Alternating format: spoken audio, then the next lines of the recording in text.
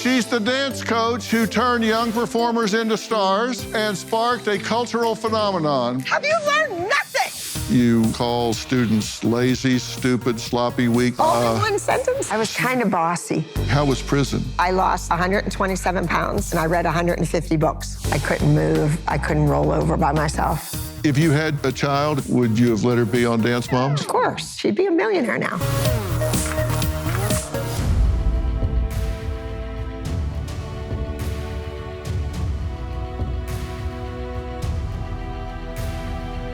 She's the dance coach who turned young performers into stars and sparked a cultural phenomenon. But with the fame came controversy, drama, and even jail time. Abby Lee Miller became a household name for her no-nonsense attitude, her fierce passion for the stage, and let's face it, some unforgettable clashes. After facing a high-profile legal battle and a life-changing health diagnosis, Abby is ready to share her side of the story, her lessons learned, and what's next for her. Now, tonight we're going beyond the drama, beyond the headlines, to get to the heart of the woman behind the choreography. Abby is here to talk about redemption, resilience, and redefining her legacy. Take a look. Moms don't rule the dance studio, you idiot. You can go to hell and take a class. You know what, Abby? You know they... Get off your butt, walk over to Ross, and buy a ball. The people that were in here dancing are 1,000 times better than you. The last solo I gave you, you choked and you changed the choreography. Don't cry. There's always somebody else. I'm sorry. Your daughter is holding a national title and I will take it away in a minute. Please welcome Abby Lee Miller.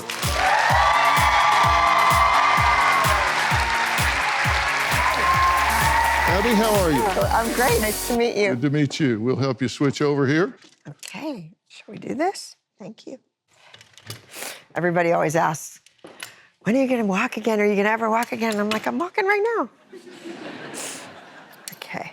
Thank you for being here. Well, thank you for inviting me. Yeah.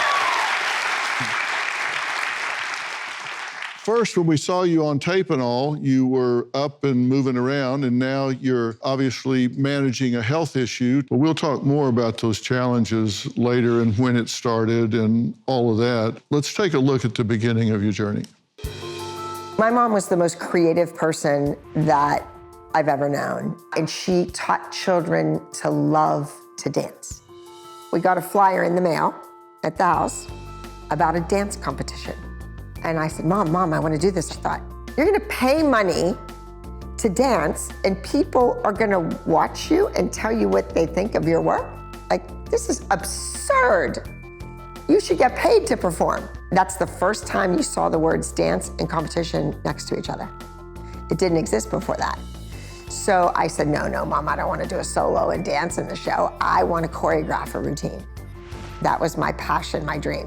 So I took 3 of my girlfriends and I taught them a trio. I got the costumes, I rhinestoned them, I picked the music. I had to edit the music on reel-to-reel tape with a razor blade, and you cut it and splice it together. And they won. And I had that little 14-inch plastic trophy in my hand, and it was like suddenly I knew what I was put on this earth to do. The combination of my dad's toughness, his grit, and my mom's creativity made me into this dance teacher that is hard on kids. So you didn't start dancing, you started teaching dancing really young. 3 of your friends, how'd you talk them into it? I just told them they were doing it. I was kind of bossy. And when I first started my competition team, I was telling adults, you know, I was 14, 15, 16 years old, and I'm telling people that were school teachers and principals and people that own their own businesses, this is where you're going on vacation. This is what you're gonna wear Monday night. This is what you're wearing Tuesday night. And they did it. I guess I was believable. And it worked, obviously. They won, you went on teaching, and then you wound up doing Dance Moms. And this was really controversial. It was interesting. You said they didn't cast it for the dancers, they cast it for the moms. Yes, when They originally bought the show. A friend of mine created the show. Well, I created the show, but okay. So he gets credit for it. And they created the show, and 11 networks were interested, which is unheard of now. 11 networks. Lifetime bought it and immediately changed it into a housewives show that was centered around a dance studio. So it was to be 80% the moms, 10% the kids, and 10% the dancing, and 0% me. I was not on the show. They were just using my studio for free. Okay, so in the beginning, you weren't part of it? No, they just liked my building, and I was friends with the guy that created it, so. Okay, so how did it get to become more about you? I'm looking over his shoulder thinking, she owes me money, and she owes me money, and she owes me money, and she owes me money. All of these moms? Yes. Yeah, okay, well, we'll get back to that. All right, coming up, why Abby says her aggressive approach as a dance coach was a must. And the way this was cast, I'm kind of understanding that. We'll get back to that right after the break. Turn around, let's go.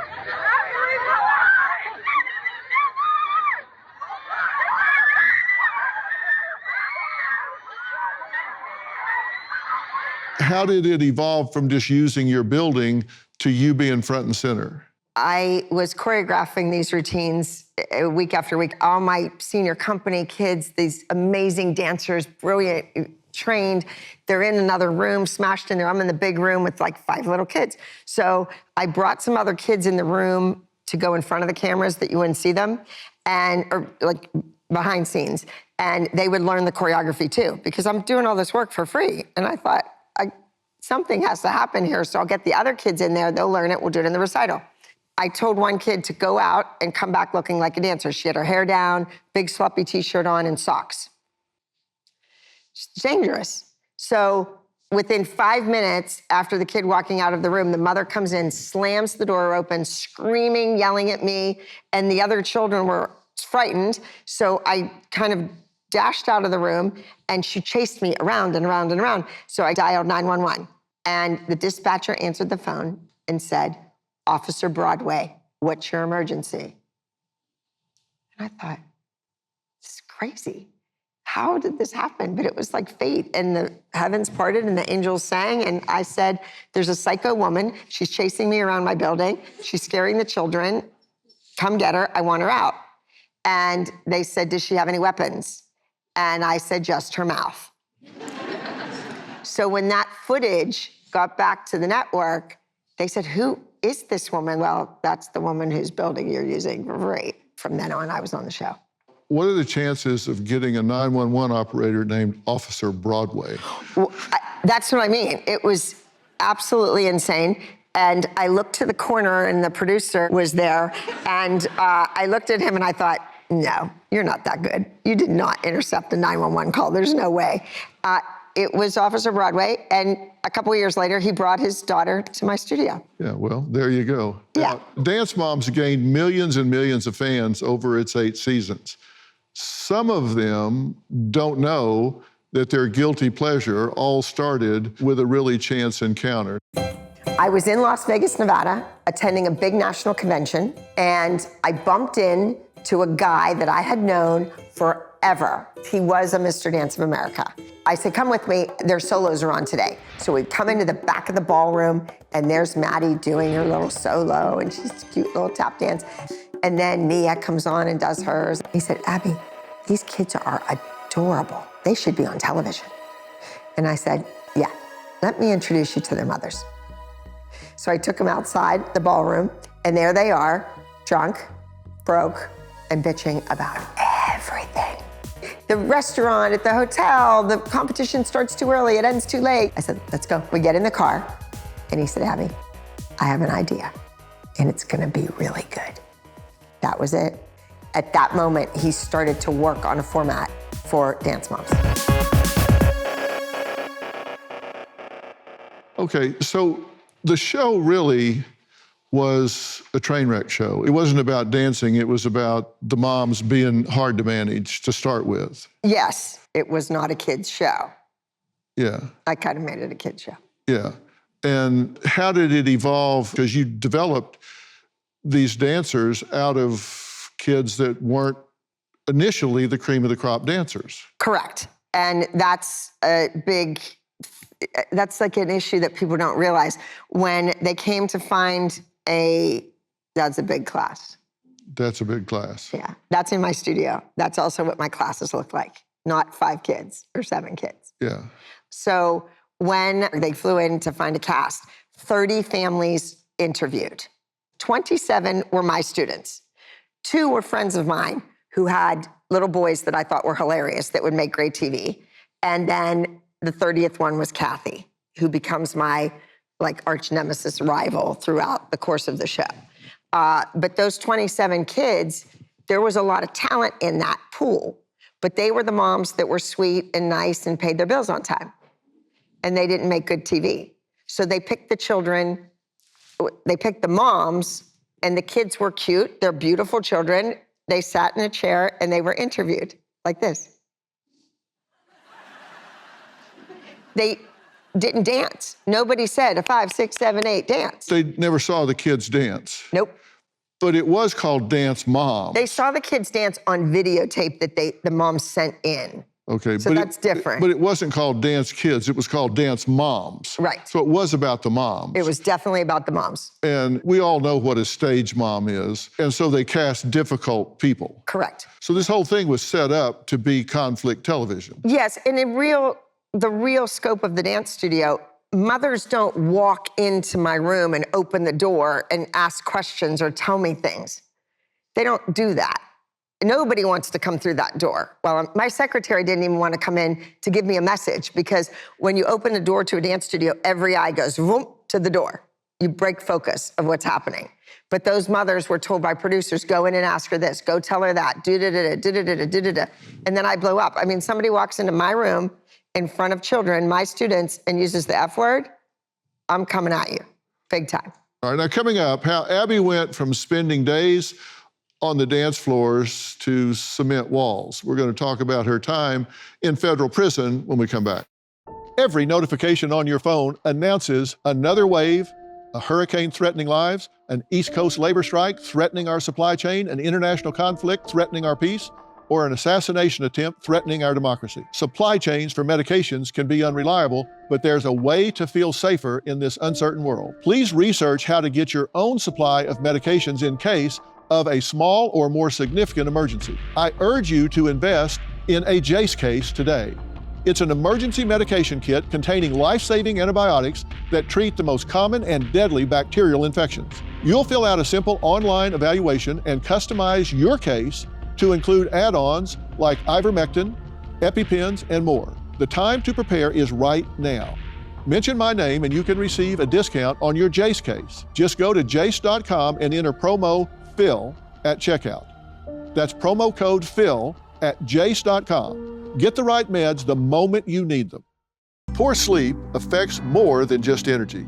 It impacts focus, mood, and overall health. If you've struggled with falling asleep or staying asleep or found other sleep aids ineffective, Beam's Dream Powder could be your solution. Dream Powder is a healthy, science-backed hot cocoa for better sleep made with natural ingredients like reishi, magnesium, L-theanine, apigenin, and melatonin to help you fall asleep faster, stay asleep longer, and wake up refreshed. Unlike other sleep aids, Dream doesn't cause next-day grogginess.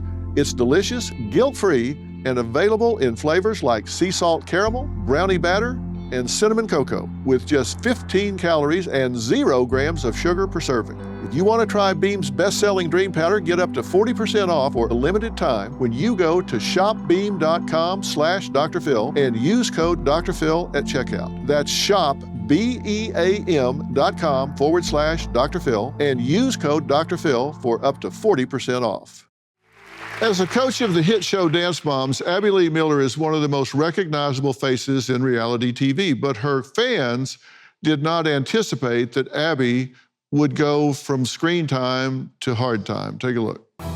I declared bankruptcy because I got to the studio one day and there was a notice on my door that my building was going up for sheriff's sale because I had not paid school taxes. I paid everybody back.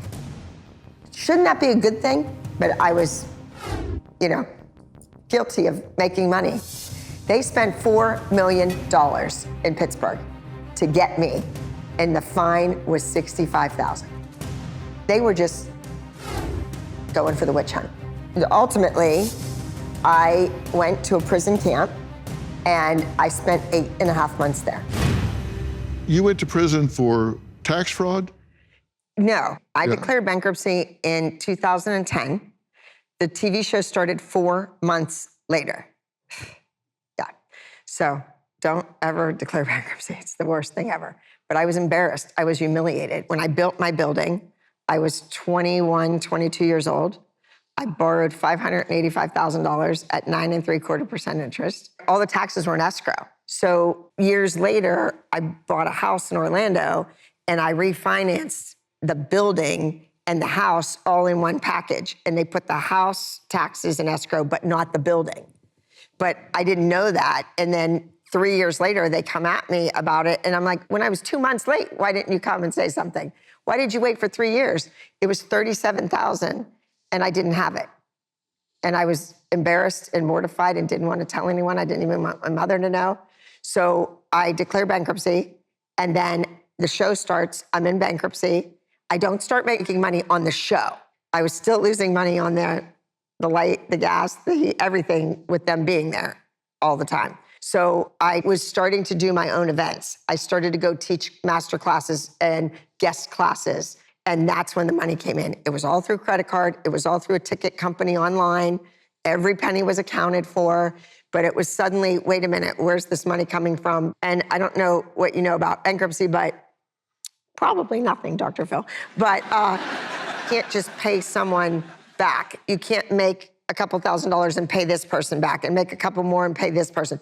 You have to wait till all the money is in to pay everyone. Can't you pay the trustee and they pay it out to people? Yes, but in my particular case, they wanted all of it in and then they would start making the payments out.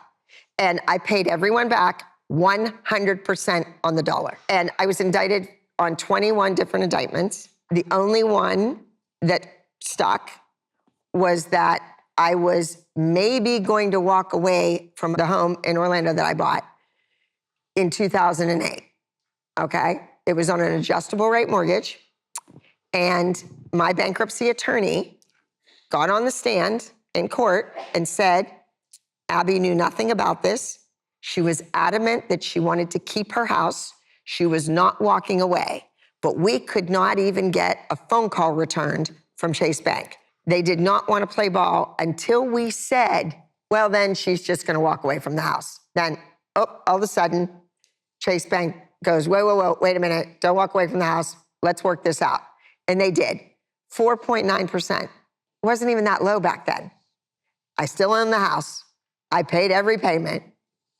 And that's why I went to prison, because the judge said, if anyone at Chase Bank knew you were on a television show, they would have never negotiated the rate that low. How could no one at Chase Bank know I was on a TV show? Pittsburgh spent $4 million chasing me around, looking through my garbage in front of my house instead of just knocking on the door and asking me. And so they needed to get something back. How was prison? I went to a federal prison camp in California. It was like your mom and dad dropped you off at the wrong Girl Scout camp. Like not the one with the horseback riding in the swimming pool, but the other one, the cheap one. That's what it was like. I lost 127 pounds and I read 150 books. Yeah. Well, you had time to read. Yep. So you were really known for being sharp-tongued on Dance Moms. And I don't know whether that was your style or that was for drama on the show or whatever, but you were heard to call students lazy, stupid, sloppy, weak, pathetic, crybaby, trash, worthless, second rate. Were you that way in prison? Well, the first few months, I was really sweet and nice and kind, so respectful. The next 3 months, it was getting a little annoying. Then the last 2 months I was there, when a guard would go, "Where's Maria at?" And I'd yell from my bunk, "You don't need that at the end of the question, it's a preposition." Yeah, so I had it by then. So you were correcting their grammar? Yeah, yes. How'd that go over? They didn't even know they were saying anything wrong. You entered prison just 2 months before your 52nd birthday. Mm-hmm.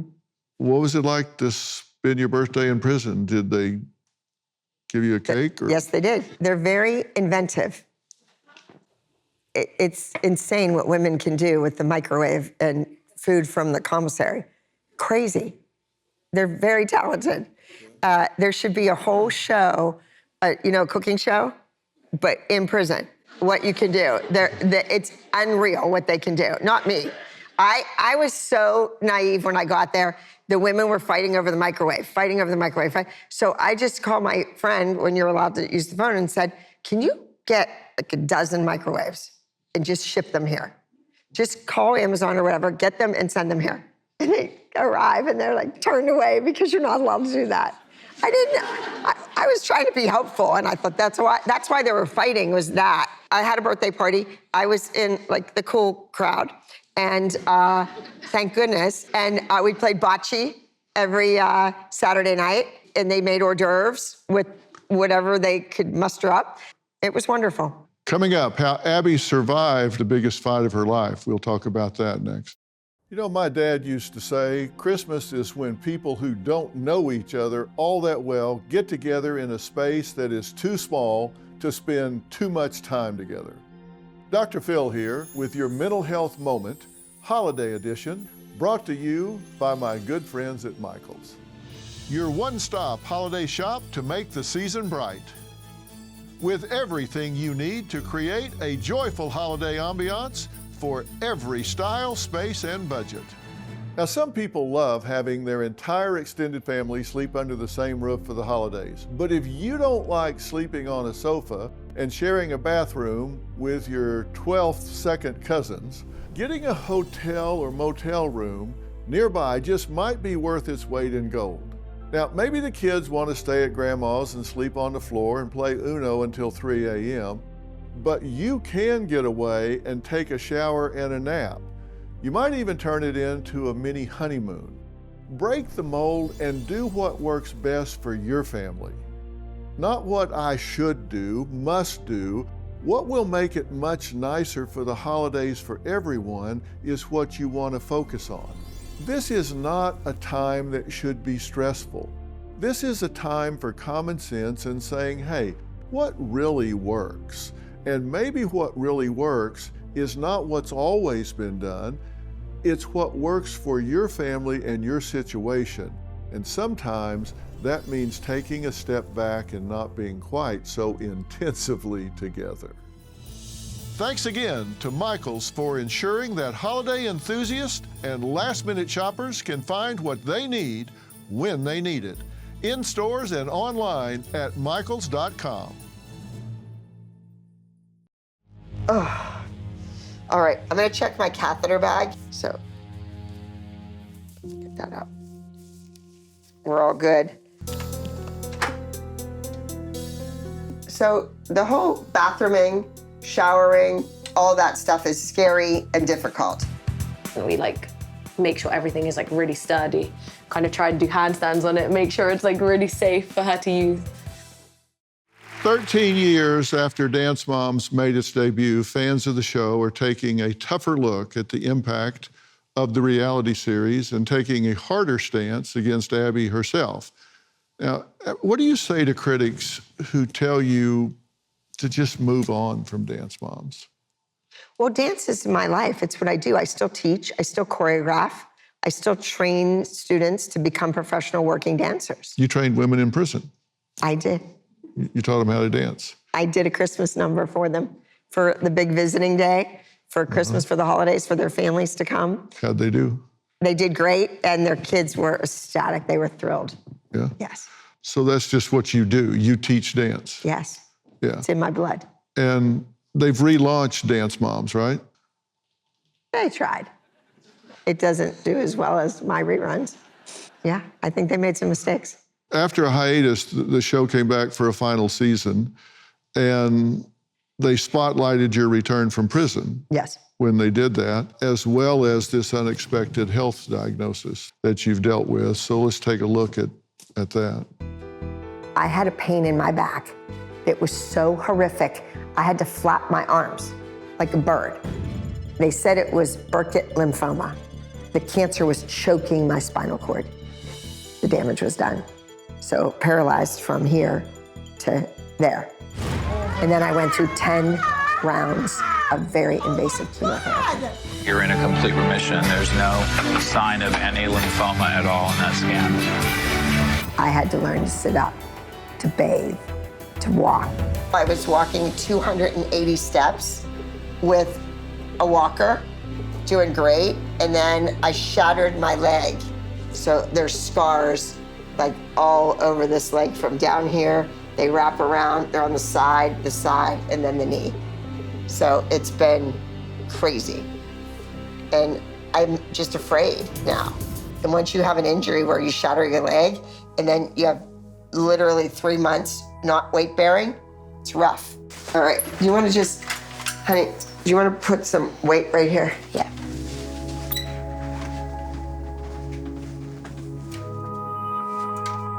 You good? Yeah. Just pain in legs. Yeah. You have to be really motivated. I know. If I had a coach like me, if I had me to coach myself, I would be walking every day. You've told us how you had to fight to even get the diagnosis done. I had Burkitt lymphoma, and it's a very rare form of cancer found in little boys in Africa under the age of 10, and it's fatal. It lasts about 8 weeks. So they've determined I was at about 5.5 weeks, and I went to 6 different doctors, 5 doctors and a dentist within 10 days, and I got, go home and take it easy, honey, you'll be fine. Oh, she wants drugs. Oh, she's an actress. Oh, go home, you'll be fine. They all were wrong and waited too long. And now you're retraining your body. Right. What is the reasonable goal? Will you be able to get back to 100% functionality? I don't know if I'm ever gonna run through the airport to catch a flight. I don't think so. But will it be easier to transfer? Yes. Will I be able to walk from my bed to the bathroom? Let's hope, yes. The biggest problem when I was released from prison, that's a whole other story too. I was in a halfway house. So when you're in a prison camp, it's all very white collar or people that work their way up to get there that aren't gonna do anything to jeopardize that. When you go to a halfway house, there's the murderers and the rapists, and you're just all living together. And you can only go to the closest doctor or the closest hospital. You have to draw a map where you're gonna go, how you're gonna drive there, and how you're gonna come back. And so I was very limited with the resources to have my back looked at. And shame on those doctors that missed it. At this point, you're going through all of the retraining, the rehab, all of the things that you have to do nerve-wise, muscle-wise, and all. And this is an arduous process, obviously. Yes. But you are making progress. Yes. A lot of it is mental. Having the confidence to actually take the step, to go up a step. I do stairs, like that's the big thing. I'm trying to go up and down stairs because so many places you go, the wheelchair just can't go up and down. After I've shattered my leg twice, not once, but twice, you're afraid that it's gonna break again. Because you have so much chemo, 10 months of chemo, and it was 5 days of a bag this big, right? And then I had spinal tap where they go into your spine and they take out spinal cord fluid and they put chemo in. Then on the 7th day, I had a lumbar injection where it goes up your spinal cord and around your brain 10 times. And in between those 7 days, for 23 days, I would go to the rehab, the physical rehab place. So it was just a very long, painful process. And your bones are brittle, and they don't tell you that till you shatter your leg. Oh, it's from all the chemo, you have bad bones. Well, why didn't you start the osteoporosis stuff right after the last chemo round? Why do you wait till you break the leg? But you've taken a few steps even this week, right? I was 280 steps without stopping or resting before I shattered my leg. And now I'm back up to 75. All right. So yeah, you're moving. All right. Coming up, what led to Abby being canceled? Her controversial behavior, legal problems, something deeper? We're going to talk about that and hear what she has to say next. I love Miss Abby because she is a great teacher and my technique has improved so much with her. When I watched Dance Moms, I thought she was a little crazy, but I thought she was really being tough on the kids so they wouldn't get second all the time. They would get first place so they can be winners. I was like, I want to meet Abby Lee Miller so I can be that first place winner all the time. And lunge again, this time hands on your knee. I've learned to be kind, but also be tough. Because when you're tough, you get to push people to be their best. And roll, step, passe. Abby Lee Miller's inability to move on from Dance Mom times is probably one of the most pathetic things that I've ever witnessed, because if you know anything about the show, you know that Abby Lee Miller was a tyrant to these children who are now grown women. She needs to leave Dance Moms in the past and let these women heal. Abby says former students, now young adult women, can't face her. Some of these young girls, now young women, are critical, but they don't talk to you directly. Why do you think that is? At first, I had no idea. They thought that I was on production side against them, but that was not the case. I was fighting for them. I quit my job and said, I'm done, I quit. Get your stuff, get out of my studio, because they wouldn't let Maddie fly to LA to do the Sia video. I quit. They wanted to do something that I thought was completely inappropriate with Nia. I quit, walked out.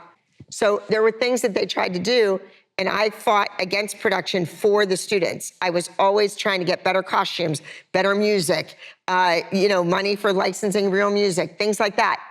And so I don't really know. Then other situations, I did some music deals for the kids. One little girl, I produced a #1 song, went to #1 in 3 countries. Produced the video, everything. I haven't gotten one dime. Shows me a lot of money. Of course she doesn't want to face me. One of your dancers, Paige, says, she, Abby, is actually out to get me. I was having panic attacks with just being in the room with her, and it just got very difficult mentally. Looking at us now, we all made it out. We're all successful, well-rounded people. It's going to be okay. So in looking back, some of them were kind of philosophical about it. This little girl is a little girl. She was absolutely stunning, beautiful little girl. I loved this child. I went to her communion parties and this and that and everything. She could not learn a routine in 2 days. We had about 2 hours one day and 3 hours the next day. It took that little girl August, September, October, November, December to learn her solo in the normal dancing school year. It took her 5 months to learn a 2.5-minute routine, and sometimes she still forgot it. So for the pressure that her mother put her under, and subsequently I had to put her under, to get her to learn a routine every single week for years was too much for her. Okay. Now, Kendall said, it was tough love. I probably cried every episode. I didn't like seeing my mom fighting with my dance teacher. I didn't like when my dance teacher called me old and washed up when I was 8 Look at years her. old. Look at that gorgeous girl that has $1 million in the bank, who's flourishing, who's going to be an attorney. She can handle anything. She handled me.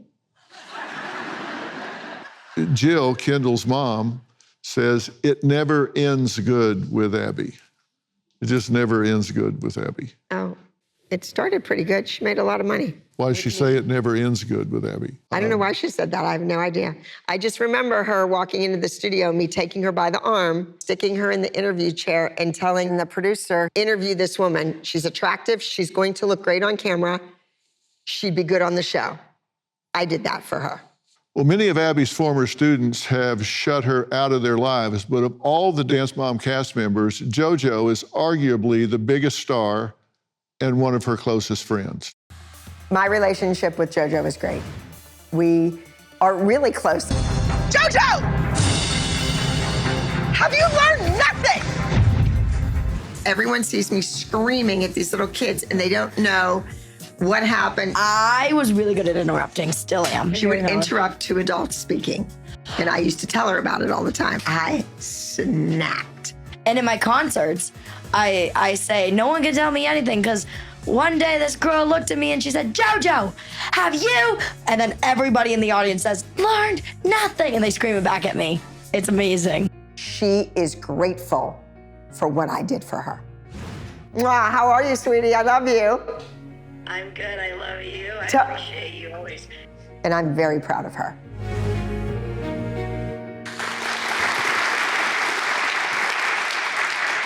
And she's done very well, right? Very well. Yeah. How many dancers have you put in Broadway shows? I don't know the answer to that, but I know it's 26 Broadway shows. And I just heard some news yesterday. Yeah. I was in New York. I flew in this morning, and one of my former students, he's in Hamilton right now, and he texted me and he said, do you want to come see, and then he put it in quotes, my last performance in Hamilton at 1 o'clock. And I said, oh my God, I can't. I'm teaching today. Oh my goodness, oh my goodness. And I said, tell me what's next. And he goes, I can't right now, but you're going to be very pleased. Yeah. So I think it might be 27 Broadway shows soon. All right, coming up, what's next for Abby and questions from the audience when we come back.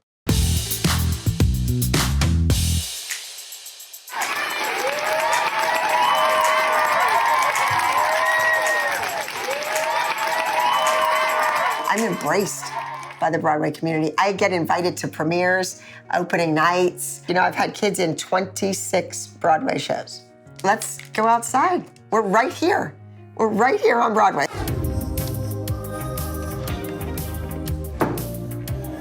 Okay. I have to put my all-rugged train on for the streets. I have a picture? Yes. Okay. Yes. You're welcome. Oh my! Thank you so much. Can we get a photo with you? I love you so much.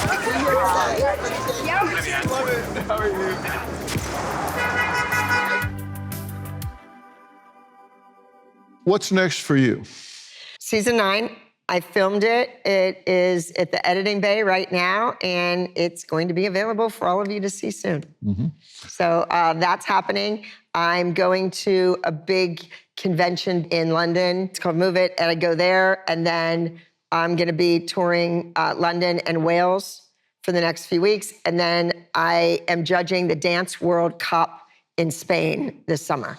Oh, okay. So I'm pretty busy. You never had children of your own? No. By design? I raised everybody else's. Was that by design? I was married to my studio. I was there every weekend at a competition or, you know, in the building. I think my mom and dad always thought I would get married and that the man would handle the money and take care of the bills and do all that. And I just didn't think it would happen, and then I didn't worry about it. And now I'm in a chair, and I wish I had somebody to help me out every once in a while. Yeah. If you had a daughter, would you have let her be on Dance Moms? Of course. Mm-hmm. She'd be a millionaire now. Yeah.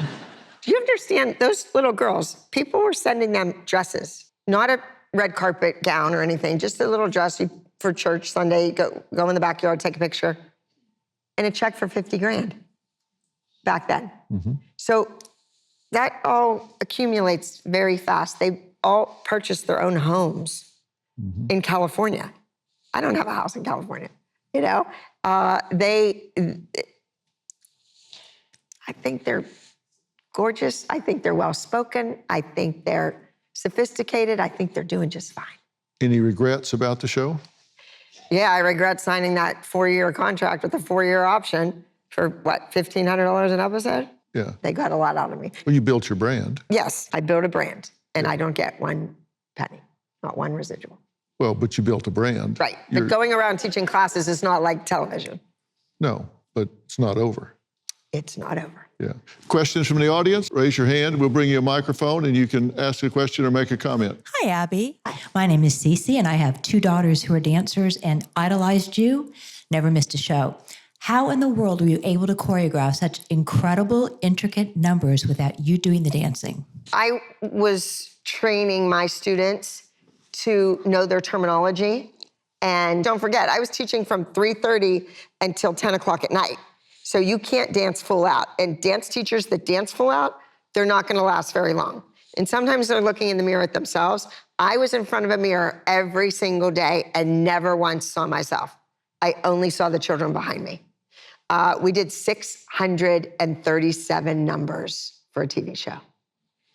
And never was nominated for an Emmy because they didn't submit them for choreography. Anybody else? Raise your hand. My name's Samantha. I have a question about Maddie and Chloe's relationship, because that was a huge thing for the show, their rivalry. Was it as intense behind the scenes as what we saw on TV, or did they have a real friendship, or was that fueled? What was the reality of that situation? I've always had rivals in my studio, and I do that on purpose. It pushes kids, right? Maddie was at the studio all the time, never missed class. It was her home. And she was good. She was good at it because she was little. You know, she was only, 7 when the show started? So, yeah, it was real. If you watch the first 8 minutes of the first episode, you're going to hear one mom say, well, Maddie's going to win. And you're going to hear another mom say, Abby's going to make my kid a star. That was the premise of the show for the rest of time, right there. Yep. There you go. Final question. Hi, Abby. I'm a huge fan. I just wanted to know if we could look forward to like a reunion in the future with the OG squad, the cast. No. I think the people will love it. You're not gonna see a reunion with the OG squad. Nope. But you can go on my YouTube channel and watch the clapback of the reunion that they did called the Abby Lee Union. Gotcha. So that's a hard no on a reunion. Yeah, hard no. Hard no. Okay, all right. Abby, thank you for being here. Wish you nothing but the best. Thank you. I want to thank Abby Lee Miller for sharing her story tonight, and thanks to all you at home for finding us here at Merit TV.